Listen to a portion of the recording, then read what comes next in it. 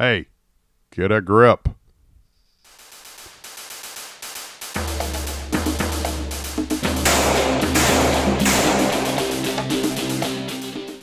Most guns come with a standard set of wooden or rubber grips that are functional but rarely optimal. Simply put, they often just don't quite do it for us.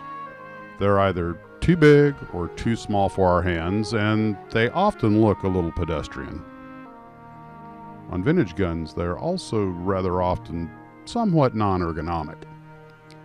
Now, swapping out your pistol grips is one of the fastest and easiest ways to customize your gun, whether the intent is to customize it for style or functionality, although I think for most of us it's usually a little bit of both. There are rubber grips made by companies like Packmeyer and Hogue Monahan that are very popular and inexpensive and with a huge array of choices. Wooden grips range from the cheap, poorly fitted knockoffs, like I originally got for my Smith & Wesson Model 15, to rather expensive factory target stocks, which not only fit like a glove to the gun, but also to my hand. You do tend to get what you pay for. Grips can also change the shape of your gun. My Smith & Wesson Model 617 has a curved frame, and after playing with various options, I found that a nice pair of aftermarket grips that converted it from a round butt to a square butt fit my hand beautifully. Now my K-frame Smiths all have a consistent feel. The stock grips on my Python never felt quite right either, and the following aftermarket ones I acquired were an improvement but had a minor fitting issue on the back strap. That got a little annoying after shooting 50 rounds of Magnum loads. I was willing to settle for that, but then I got lucky when someone found me a great deal on a set of Colt Custom Shop grips that fit the gun and my hand perfectly. Yay, Colt Custom Shop. Now, some grips I have are more for the aesthetic, but you pay handsomely for that.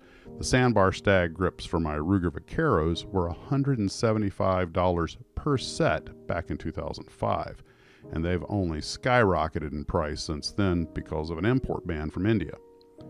Grips made of ivory and other rare animal bones can run anywhere from $200 to $2,000 or even more depending on the availability.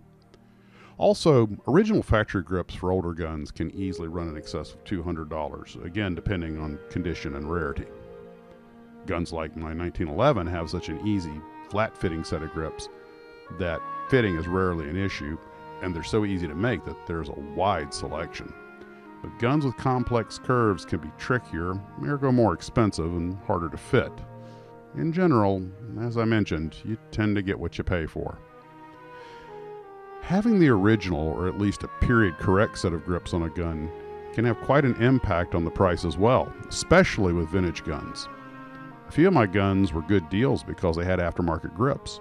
This actually made it a no-brainer for me to acquire grips that I liked as opposed to being conflicted about whether to swap out the correct grips for the gun. If you do have the correct grips for the gun and you decide to change them out, make sure to store the originals in a safe place. They can represent a rather large part of the value of a gun. In the end, you must decide what your goals are and what works best for you. Just make sure that when it comes time to aim, you can get a grip. Yeah, I know. I went there. Sorry. Couldn't resist. I'm weak. Don't judge. I can hear you judging.